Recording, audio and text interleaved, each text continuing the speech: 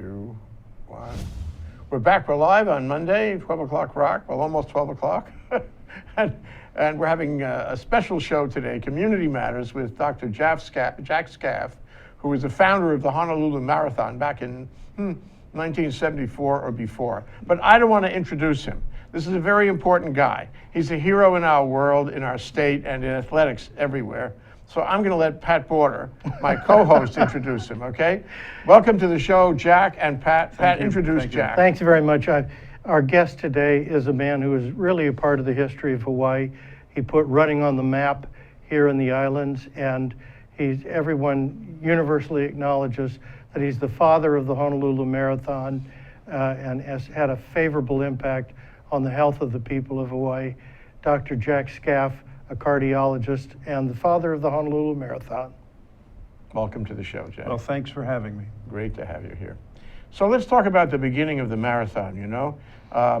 What's interesting that you mentioned before the show is that your efforts actually began on the mainland. Well, when I got out of the Public Health Service in 1966, I had to pick up a Mercedes, which I had purchased in Long Beach, California, and to do that I had to walk over the freeway, maybe 3/4 of a mile. I was so sore for 2 days, I realized that I better do something for my health. You out of shape? I was terribly out of shape. They had a PM&R section, physical medicine rehabilitation section at Long Beach Memorial Hospital, and I started working out. Then I started running, but I found out I wasn't very fast. But I found out I had endurance, so I would run with all my peers, and then I would say, let's do another lap, which was 9 miles. And of course, then I would eat them alive. So I became interested in long distance running. And when I was hired by the Honolulu Medical Group, which I joined in 1969, they said, we need a cardiologist who knows something about cardiac rehabilitation, because at that time, a heart attack was a job ender. Nobody knew how to get people back to work. They spent 3 months in bed and a year off. I came back and I started a cardiac rehab program at the Central YMCA, and as the people graduated, they started running longer distances.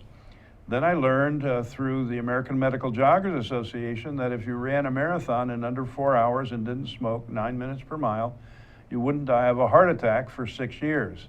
And Jim Fix is not the exception to that rule. I remember that. So I started training, and I announced to everybody that I was going to run the Boston Marathon in 1973. I wanted to see what it was like. And so Bob Holden, head of Sheraton Hotel, said he'd put me up in a suite.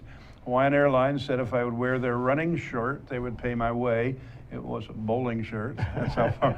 And I ran the Boston Marathon, the hottest day on record. They had their first death.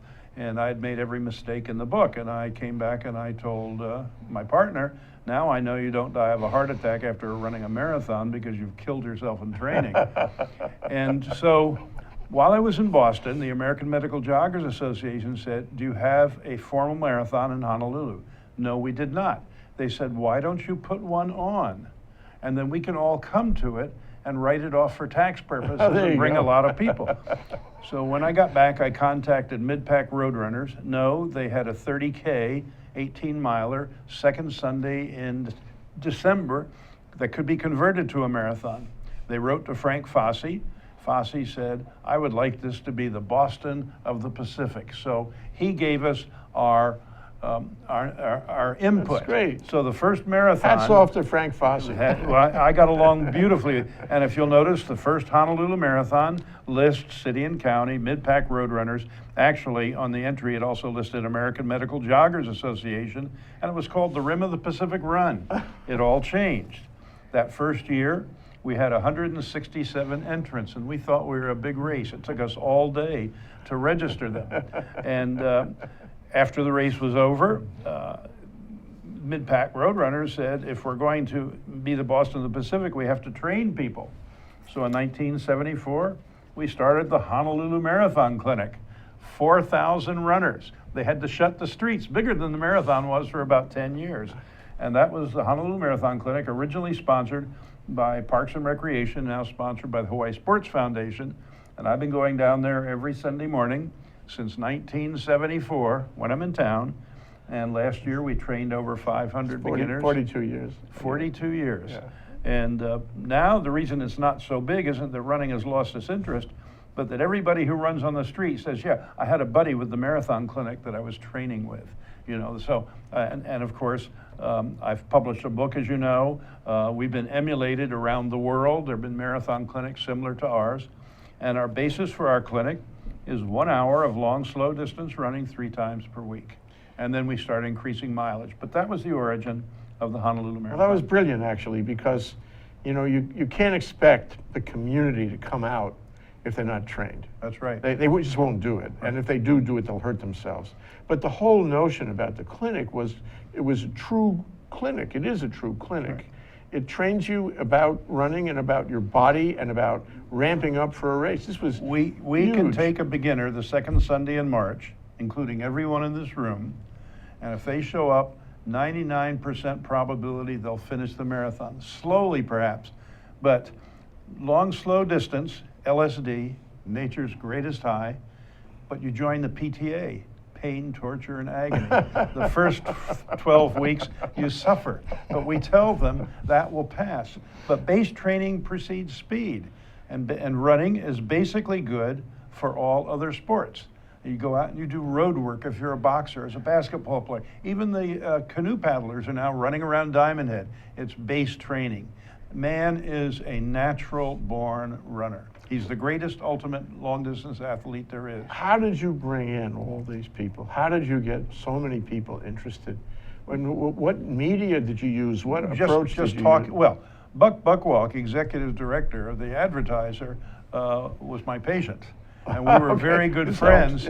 And in the first marathon, after he had had 3 bypass surgeries, 2 had failed in DeBakey and Shumway on the mainland, and he saw our physician here, and we got great results. And he's, Jack, you're going to get all the coverage you want. And he went down to the sports section and said, who has time to, how many weeks to the marathon? They said 13 weeks. He said, I want a feature article every week. And Mark Osmond was assigned to me and the clinic, and he ran the marathon. And he wrote the feature article, so we got just tons of exposure. The power in the press. But partly that, but partly word of mouth. You can go down there and maintain your dignity. And as I said, we treat the people at the back of the pack, and I say at the beginning of the year, everybody here who's a stranger, we believe is a friend we simply haven't met yet. And then we have 30 volunteers in different groups. You pick your speed or what you think it is, or we'll run with you, and we have somebody, a runner before and after, and you're not allowed to pass them if you're in that group that Sunday. Yeah. And so we treat the women with the greatest respect. As a matter of fact, we have all sorts of phrases and games. I mean, if you're out running on the street, if you're a runner, and you see somebody you'd like to talk to, why don't you just say, your pace or mine? Perfect. Always get a favorable response. And so what we built goodwill. And what happens is after 12 or 13 weeks, when they've gone through the PTA and they start feeling good, nature's high because it releases cannabinoids and endorphins, and it makes you feel good. And they see that their body is improving and that the parts of their bodies they didn't want are disappearing. They're hooked. You can't stop them, particularly the older people who had no confidence in themselves. They're climbing their personal Mount Everest. And we tell them, rejuvenation. No matter how slow you are, your first race is your personal best. And so when you're in the locker room, how'd you do today? Oh, I did my personal best, all right? So we will reward constantly, but then the rewards become self-fulfilling when they see the advantages that are gained. You didn't talk about meeting people and networking. I remember in the 70s, I met so many people running, and I got to know them. You know, when you talk and run together, you get to know the soul of the guy you're running with. And I had done a lot of speaking, and I had a talk, Man the Distance Animal, or The Ultimate Runner, and I didn't realize that so many Rotaries and Kiwanis and Masons needed speakers. And once one heard of you, you went everywhere. And I was giving 2 or 3 talks a week about this. And of course, a few of them would show up, and then they say, hey, this thing is not only works, but it's sort of fun. Yeah, and it caught. It got done traction. very, very well. Everyone knew about it. So many people participated. It became a culture point for my generation, I'll tell you now. Everyone I knew was involved. They still are, hopefully. Well, more or less, more or less. or potentially rejoining. Well, it goes to this point you made before the show began, and that is that when it's like putting money in the bank for later. Mm-hmm. So you run now, what you say, you're not going to have a heart attack in 6 years, but actually you minimize your risk of having a heart attack all your life. That's right. Because of your time. Well, you can running. run slower. You just have to you have to continue, because if you broke the 4-hour barrier, you didn't have to run again for 6 years. But then things would start. That's what happened to Jim Fix. He died 6 years and 6 months after he broke the 4-hour marathon, and people say he was the exception. As a matter of fact, you read his book, you'll see he quotes me quite a bit in it. Well, that was also part of it. It was a literature. Mm-hmm. There were books out. There were magazines out. I remember Runner's World was so popular.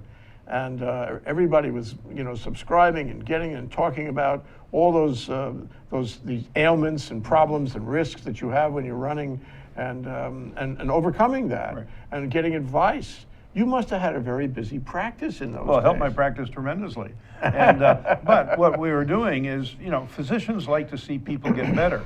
And that was what turned me on, is seeing the improvement. You come down with a terminal illness, I don't care what you do, you're not going to succeed. And doctors tend to become a little bit depressed because we're immortality seekers. I trained the first year, the first American with a heart attack, to run a marathon. That had never been done. It had been done in Canada, but not here. And Rudy Dressendorfer obtained his PhD thesis based on this University of California, Irvine. We presented at the American College of Sports Medicine. We were going to publish the findings in Circulation, or the American Heart Journal. New York Academy of Sciences said, no, we want your article. And to me, that was the ultimate, not penultimate, of the zenith of where I would like to publish. Yeah. And we were recognized by the American by the American Medical Association that this was one of the most significant cardiac evolutionary events in the last quarter of the last century, right up against Philip Liebberg and the artificial heart and heart transplants and all these other things. So that sort of helped. One of the individuals running with us was Ray Thiele of Hawaiian Airlines, and he had had a heart attack, which was a career ender in flying forever. And he said, what could he do? Well, he joined the marathon clinic and he ran the Honolulu and Boston marathons. And we sent that to the FAA. I was an FAA examiner, and I said, I think he qualifies. And they said, we think he does too, but now we have to come up with criteria. So they gave him his certificate, and in looking back, I didn't realize this until last year. Not only was he from Hawaii with Hawaiian Airlines, the first American to return to commercial flying, the first to return to commercial flying anywhere in the world. And I was right there, down on Sunday mornings at Kapiolani Park. Your endorphins must have been going great. They're going good right now. Such gratification. Of course. We're going to take a break now, Jack. Sure. But before we take a break, I want to ask our co-host to summarize where we've been so far so we can head into the next topic after the break. It's very clear that Jack Scaff is the father of the Honolulu Marathon, and the ideas that he expressed are so counterintuitive in a way. But did you encounter any resistance from people when you had cardiac patients running marathons, people who survived heart attacks? One cardiologist who I still revere greatly said, the roads will be littered with the bodies of your experiments. Oh, no. How long did it take him to figure out that he was wrong? Right after he stopped smoking. Fascinating. Okay, we can take a short break, Jack, and Pat will be right back, and we'll talk about the expansion of the Honolulu Marathon in the years to follow. Aloha, my name is Justina Spiritu, and Also, I'm we the should catch co-host the of museum. Hawaii Farmers But Series. for now- This is my co-host, Matthew Johnson, and you can catch us every Thursday at 4 p.m. at thinktechhawaii.com. What do we talk about, Matt? So on Hawaii Farmers Series, we're going to be bringing on the farmers and also supporter of farmers, including restaurants, caterers, as well as government supporters and nonprofits, to hear their background stories and understanding our local ag community just a little bit better. Yeah, essentially, there's a lot more that goes into farming and the local food community beyond just producing the food. And we want to feature and get the background story on all these folks and see how we all work together as a community. So join us every Thursday. Aloha. Hi, I'm Donna Blanchard. I'm the host of Center Stage here on Think Tech Hawaii. Center Stage airs every Wednesday at 2 o'clock, and of course you can check out our archives on YouTube or on Think Tech Hawaii anytime you like. Why should you do that? Because this is an arts show that I believe is making a difference in lives.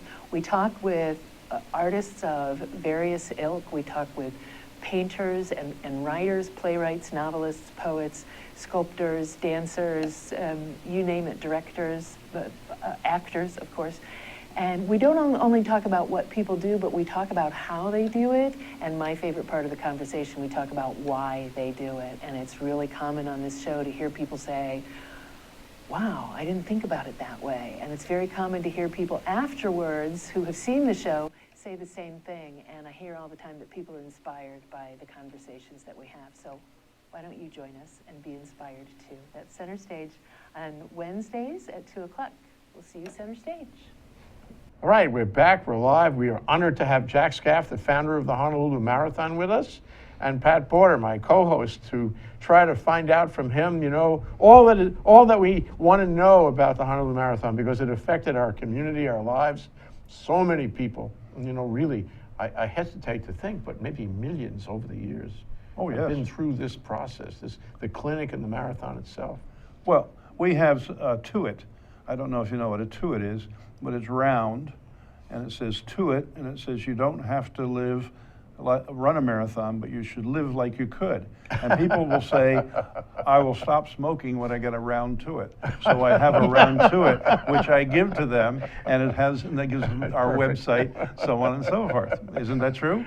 Yes, well. No reason not to do it. I mean, this is a lot of this, I guess you could call it evangelical cardiology. It is, absolutely, absolutely. And I think everybody sees it that way. Now, you got some stuff on the table we want to cover here. Well, that the number one running number, what is that? Running in the first marathon, everything was still screened by the Palama settlement. I was number 1, 73.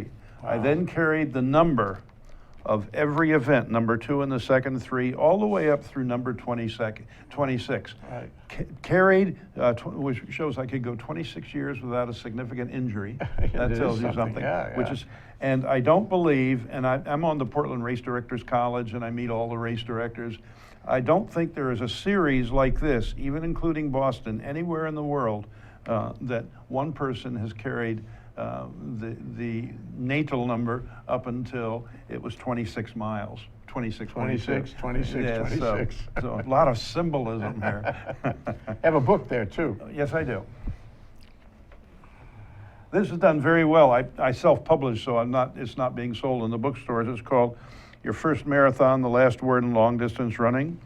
There's me. Wow. There's my son, who did his first marathon before the age of 12, as did my other son. Great. And he's 6'2", and the other one's 6'1", so it doesn't stunt your growth. As a matter of fact, running is the greatest natural stimulus to growth hormone there is. Biking doesn't do it, and swimming doesn't do it. And so if you want to be tall, you tell the kids to start running 1 hour 3 times a week.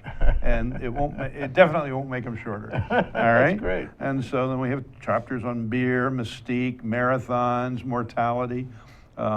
This is Kenny Moore, who came in 4th in the Munich Marathon, and he's the one that wrote the book on the Honolulu Marathon Clinic, Rules of the Road.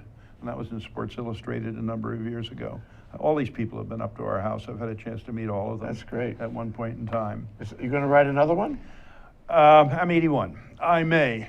I'd like. I have enough for 2 or 3 chapters. It was a lot of work. Sure. But it is the last word. I would just be adding anecdotal information. What did you say during the break? That it's the last word, and now, you know, the demographics, the facts, the experience of them, we'll support it on and on. So it becomes more authoritative. Man took 2 million years millions of years to evolve, and he's the greatest long distance runner. And what we do in a generation isn't going to change the evolutionary history of mankind. Yeah. And if you look at all of the way the hunter-gatherer lived, look at the Indian tribes. They would go across the plains at about 6 miles an hour. And all of these people, you go down Tarahumara Indians in Mexico, if you look at all of these people, they have longevity. Alexander Leaf from Harvard studied the Hunzas, the people in the Caucasus of Central Asia, reputedly lived to be 100. Their birth certificates aren't quite good, but they got to be good and aged. But he studied that, and he found out that all nonagenarians have a high level, that's 90 years of age, have a high level of mental and physical activity all of their adult lives. And he became a long distance runner. And we talk about the Japanese who are genetically endowed for longevity. That's what we say. Go to Japan, look how fit they are.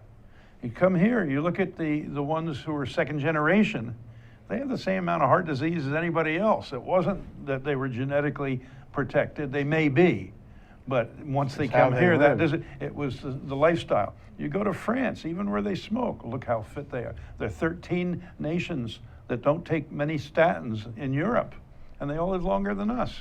Yeah. Well, we have to not only do it, but we have to keep on doing it forever. I want to talk about that. It's only 1 hour, 3 times a week. Okay.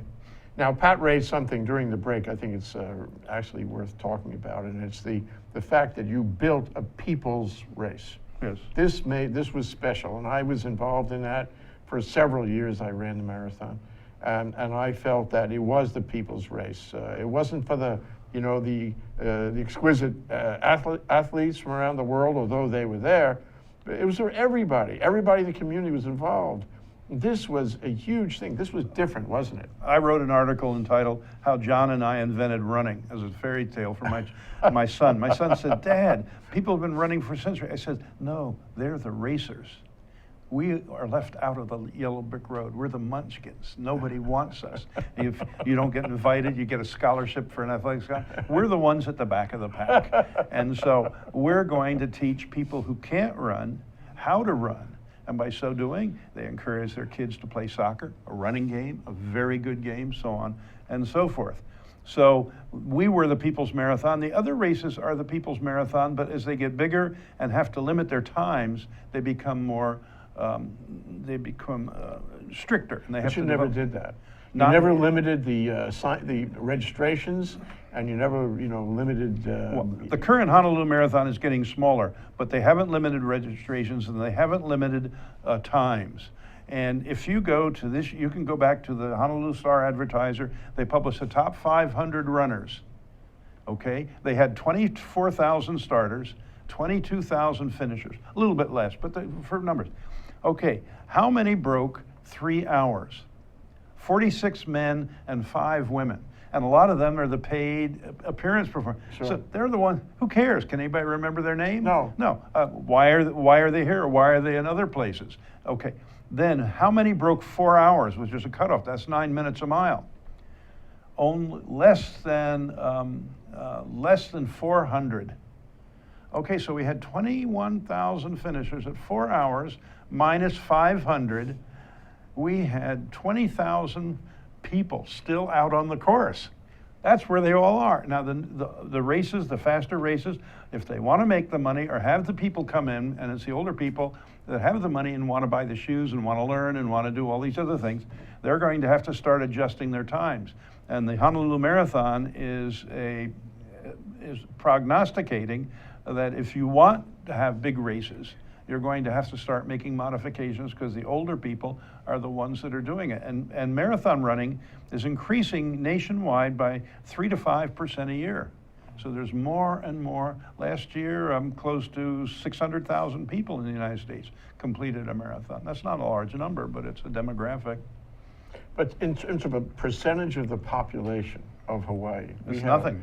Well, but we had a lot of people, relative to other places, that were running. I mean, everybody I knew ran. Everybody Correct. I knew We ran. are the right. runningest state in the nation, and you can go out around Diamond Head or Kapilani Park 24/7, and there's always people running. Yeah. They're training for the marathon. Yeah. They might not know it. Yeah. But what they're doing is there's a spill-off. And I don't care whether anybody runs a marathon. Like I said in the beginning, I hope they live like they could, which is basically the base training, 1 hour of walking, jogging 3 times a week. The rules are, you never go so fast you can't talk, and you never go so slow you can sing. That'll keep you in the track, okay? Heard the first part, not the second. But you know, this changed the way things worked. I mean, for at least one generation. Sure. It changed It their still is lives. now. There are more people exercising now than before. Yeah. Because as I said, there's a trickle-down effect. Yeah. Now, it wasn't just the marathon. You say it was like preparing for the marathon. For example, those 10K races, you know, they multiplied, they proliferated And all they're over doing the very, state. very well, yeah. Everybody was doing that. And then there was the super marathon, what do you call it, the ultra marathon. Anything over 26 miles Yeah. is an ultra. A lot of people did that. They still are. Still are. Okay. I did. Is that right, Pat? Well, One thing you have to 1992, remember, yeah. a lot of people go out and they say, well, the running destroyed my knees. No, improper training. We say you should never train more than 4 days a week. That gives you 3 days off. You don't have to take a shower. You don't have to do anything, right? If you notice all the world-class runners, the Frank Shorters, the Kenny Moores, they go up to about 130 miles, then they get hurt, then they back down to 70 or 80. Okay, you're a world-class athlete, you're not overweight, 70 or 80. 1 hour, 3 times a week at a 10-minute mile is 18 to 20 miles a week. That's enough. Now, you could do a little bit more, but that is a threshold below which you cannot go. They'll say, oh, 5 minutes is better than none. Yes, but there is a real cutoff. People who run 1 hour 3 times a week live to 6 to 8 years longer than people who exercise less. And there was And this goes at any age, too. well, better than that. I thought that it was the money, like you said, you put in the bank, and then at 60 you had to stop because something went wrong, and you collected on it. Well, they took a group of Italian men, 80 years of age, 400 of them, without any overt illness. And they started them running. Basically, it was about 4 hours and 15 minutes a week, a little bit more, but not a lot. And they just sat back and waited for things to happen. Well, at 80, you don't have to wait real long. But the interesting thing was, the ones who started at the age of 80, who were sedentary, and as sedentary as the control group, lived 3 years longer. And they had 30 or 36% less colon cancer. Now, that just blew me away. It's not too late to start. And we know now if you've had a stroke or you've had a problem, they put you in rehabilitation, they start you doing these things, because being in bed is a death sentence. Yeah. Yeah, and running is a life sentence. That's right. Yeah. Well, it was fabulous, and I'd like you to take a minute and just explain the expansion of the numbers till it hit the top, and ultimately until you got out of it. It didn't hit the top while I was in it. I retired because people thought they would like to go independently, not the current structure. And it got up to 33,000 people. 33,000. Yeah, that was the peak. There have been some published studies, published information saying it has been that bigger. But if you really look, if you look at entrants, maybe. But we're looking at starters. When I say 33,000, I'm saying 33,000 everybody starters. finishes, yeah. Yeah, not finished, but at least started. Yeah. Showed up at the finish line. What year was that? That was probably 83 or 84. I'd have to go back and look. It's in Mark Osmond's book. I think I did 4 hours and 30 minutes Yeah. or something. That was my. Well, you were faster Personal. than the median in those days. Jack, Now- at the height of the People's Marathon, how many local runners were at the starting line? Well, mostly. However, in those days, we had Lufthansa bringing in charter loads from Germany or Europe, and we had Air New Zealand was bringing in 800 to 900 people from New Zealand alone. So, because they weren't that well established as far as marathons, they didn't have anywhere else to go back in those days. And you know, women were prohibited from running marathons in the Olympics until the Los Angeles Olympics. So it was a place. So how many? But these were all people's runners. We weren't paying anybody anything. They were people from New Zealand or people from Europe or people from here. I would say though, it was always about 2/3 local people living here. So in other words, that could be as many as 20,000 people. Yes. Okay. Okay. We're going to take a short break now. When we come back, I want to talk about what happened after the peak. Where has it gone from the time it was at 33,000 and that ratio of 2 to 1 what happened since. This is Jack Scaff and my co-host, Pat Porter. We'll be right back to talk about the origins and development of the Honolulu Marathon over all these 42 years. We'll be right back. Aloha, my name is flowing very Kirsten nicely. Baumgart Turner, What's and I'm that? the host Yeah, of now we're- Sustainable Hawaii at thinktechhawaii.com. We air live on the internet and also on Oceanic Channel 16. I'd invite you to come for a fresh new show every Tuesday from 12 to 1 o'clock. I try to bring on guests that give us a different viewpoint on aspects of sustainability in Hawaii, as well as trying to unpack some of the difficult concepts of measuring and achieving sustainability, particularly with regard to sustainable economic growth and prosperity in Hawaii. Please join us every Tuesday from 12 to 1 p.m. Mahalo, aloha. Okay, we're back. We're live. We're here with Jack Scaff and Pat Porter. And we're talking about the Honolulu Marathon, which is dear to the hearts of everybody in Hawaii, really. You changed the world. I mean, and all these things, all these, sort of progeny of the race flowed out. I mean, for example, the triathlon. To me, that's a direct result of the Honolulu Marathon. It got people outside. It got them engaging with their bodies, engaging with the environment. It was a beautiful thing. I think mid-pack road runners and this Waikiki rough water swim might disagree, but I was at their original meeting at Primo Breweries, and each one was saying we're the best, and somebody said, why don't we do them all in one day? And that You were there. I was there. I wasn't at the meeting. I wasn't one of the organizers, but I was there. And as you know, the distance, the Olympic distance or the real distance in the triathlon is the distance of the Waikiki rough water swim, 26.2 for the marathon, and the route around Oahu, which was 133 miles. So it was founded here, but then it spun off.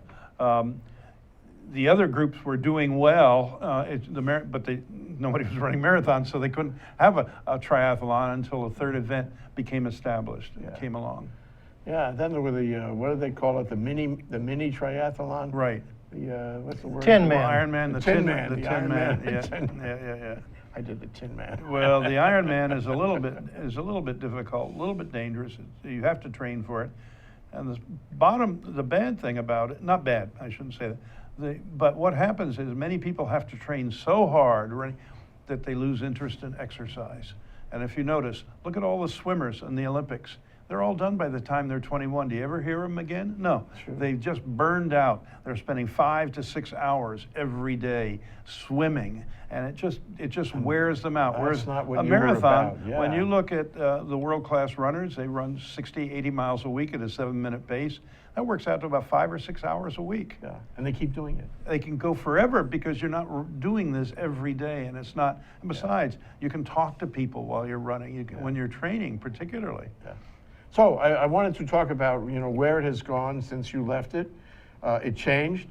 I wouldn't say management changed. It evolved. Well, a group of volunteers took it over. Yeah. And then the current group took it over. And as you can tell from looking at these numbers, Japan Airlines started out real small, and now the numbers are real big. Japan. Oh, that's so interesting. Yeah. Japan The Airlines. logo is bigger now. Yeah. Every year it got Well, bigger. the Japan Airlines is bigger than the Honolulu Marathon. Yeah. It's a little small Okay. down there. Really? That's so interesting. Well, this is just the history, and appropriate for Japan. It's interesting that a foreign airline is sponsoring an American marathon. I mean, imagine United Airlines, which sponsors a marathon, going to Tokyo and putting on the Tokyo.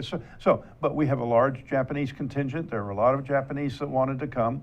But in Japan, to enter the Honolulu Marathon, you enter through their agency, and then others can enter, but there's not a great deal of advertising because, in truth, the economics are that the local runners don't spend that much money. They already have their shoes, so on and so forth. The Japanese are high rollers and come and would spend a lot more. The price of a ticket, the price of registration has changed too. Well, yes, but they've changed everywhere. But Back in the day, it was $5, $10, right? Back at the beginning of all this? Well, the first marathon was $2. $2, and thank you got you a for that. T-shirt. Yeah. But you had to Plus, pay. including a You had to t-shirt. pay $2 to the AAU amateur, so it was $4. But we got away from that. But then it went up, and I think a fair entry price for a good marathon is somewhere in the realm of $100, because now we didn't have to pay for police in those days. Now you do. They use 700 police. That's a lot of money. Wow. You have to have, they use garbage trucks and garbage disposal to collect all the trash. And those are mandatory. However, after you have 700 police on the course, you could double the size of the race without any more police. Yeah. And you can print more shirts at $3 or $4 each. So, Yeah. so the cost, when you get into that size, Economies of scale. the economies of scale Yeah. take effect. However, But you have to have the porta potties. yes, You have to hundreds have and water. hundreds. You have to give water, whatever, Right, whatever right. is But those all happening. become increments after a while. I mean, so many people, you Yeah. know, and it's getting it started. That's the big expense. Which is what you did. Yeah, and but we were sponsored by city and county at that time, and so the demographics have changed. Japan's economy is not what it was a few years ago, and a lot less Japanese runners are coming, and so one has to begin to wonder in the future: are we going to want to start encouraging greater participation from other areas of the world? Right now, it looked to me there were about, in this year's Honolulu Marathon, there were about 14, they said 12,000, but I think it was closer to 13 or 14,000 local runners. Still a very creditable number. But much smaller. Well, it's not as big as it was. So where is it going in the future? Pat, where would you like to see it go in the future? Where do you think it should go? The magical days of the 1980s and into the 1990s, when it was the People's Marathon, was an inspiration because it called upon, as Jack said, as many as 20,000 local runners. Maybe those days are gone because so much money is involved with the race, but I would like to see a renewed effort. The marathon now offers a much cheaper entry fee for local runners at the beginning of the year, and that helps. But the fact that it's not advertised, either locally or in the mainland U.S., affects who comes to run it again.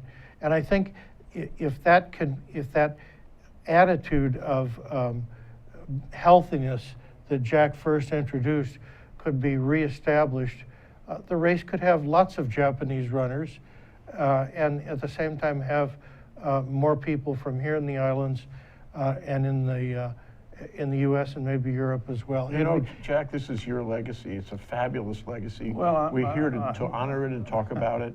Where does it go from here? Where do you want to see it go? Well, I would like to see, we had originally designed a course, and there's another course that could be designed that could handle a lot more runners.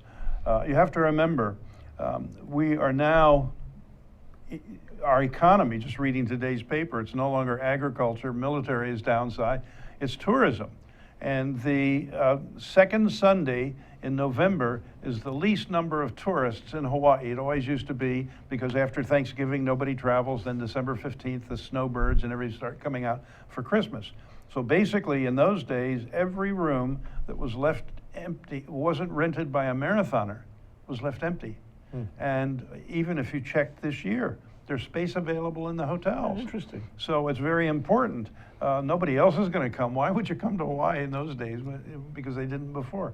So so we picked a time of year that doesn't compete. We don't kick the snowbirds out. We don't kick anybody else out. The people coming for But to summer attract vacation, people who want to get away from cold weather because it's or warm whatever, and to all do that. it. Whatever the reason. Yeah. We filled all the hotels. Yeah. So here we are. I mean, this has had a huge effect on things. It had a huge rise. It has kind of tapered off in recent years. Where does it fit in our world? You know, if you take a generation at say 20 years, although actually I think a generation is less than that, but if you take then you've gone through 2 generations, 2 cycles, generational cycles of runners having huge effect on their lives here in these islands. What about the third? All right, well, as Pat calls it, the People's Marathon. If that's what it is, people have to ask for it. They should tell the mayor and the governor, we want this to be not only the People's Marathon, but we want to meet people from other countries as well. back in the Yeah. pack with us, not the ones that have already gone home by the time they cross the finish line. Yeah. You could set, we'd talked about, like, for example, if you have a bunch of people coming from the Harvard area, you could get the local Harvard club. Say, let's get together, we'll get, there are all sorts of things you can do for cross-fertilization.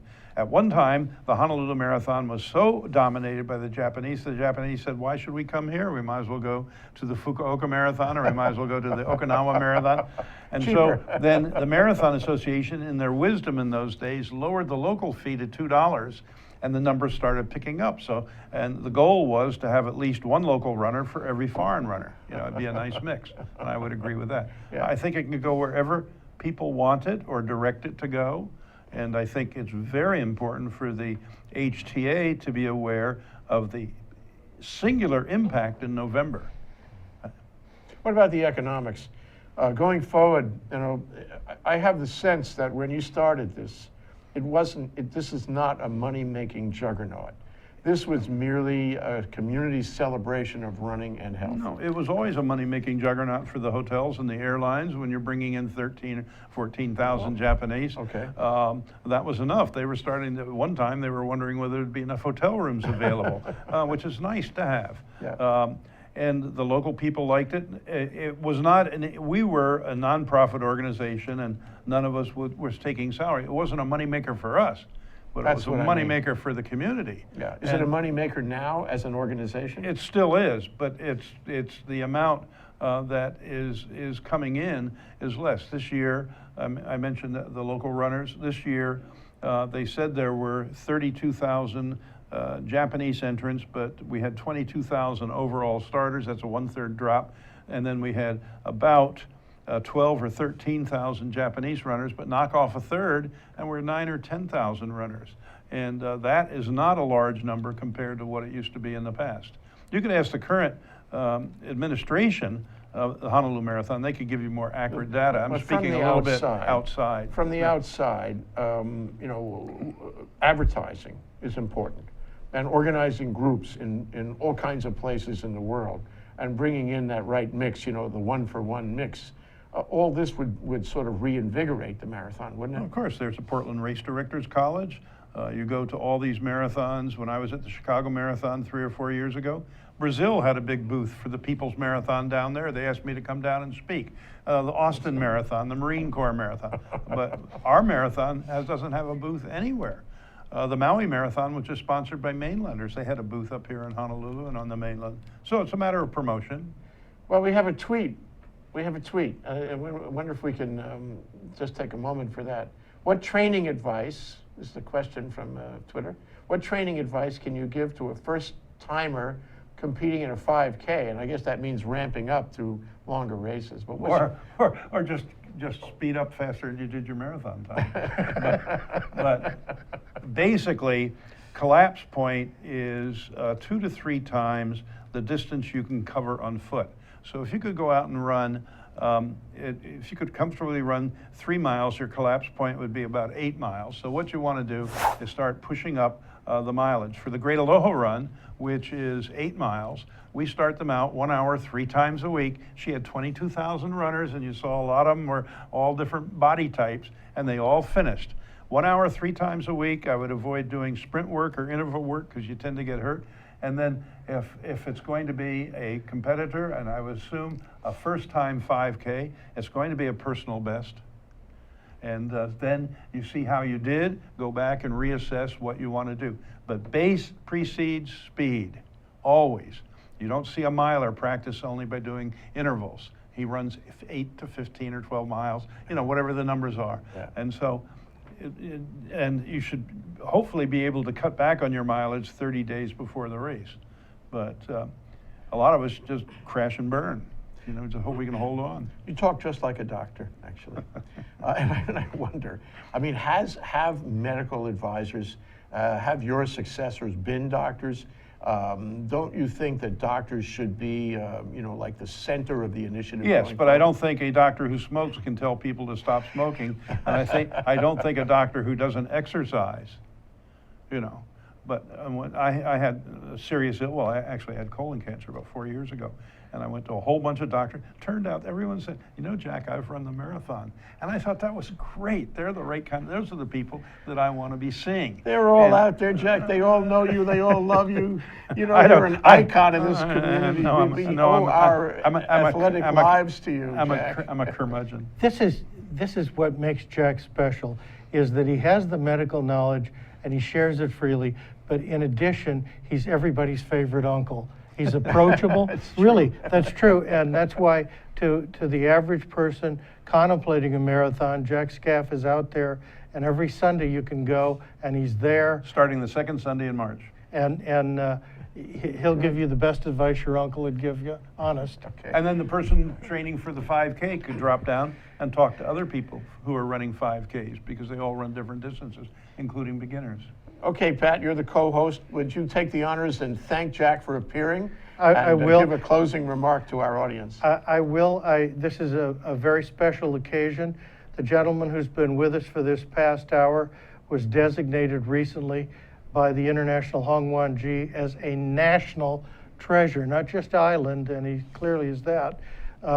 He is a person who has sponsored good health worldwide, and every time you're out on that race course and you see somebody running on a Sunday morning, they're the child of Jack and his advice, because he gave them the inspiration and he gave them the know-how, and they're putting it to work and they'll live longer for it. Thank you very much for being here. Thank you, and I also like to thank my wife who brought these down, who's been my faithful companion and runner, and tells everybody about why they should be running.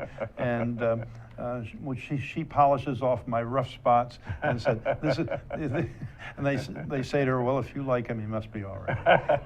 If you like him, he must Can be I ask him okay. that one last question? It's very If quick. you had a second life to live, if you could come back again, who would you come back as? Well, no, that was asked that by the Hongwanji mission when all the Japanese Buddhists came in, and they asked me, and it went viral. They said, "Dr. Scaff, we believe in reincarnation. If you could come back as anybody but yourself, who would you come back as?" And I didn't even blink, so I knew. I said, "If you should have me, I'd like to come back as Mrs. Scaff's next husband."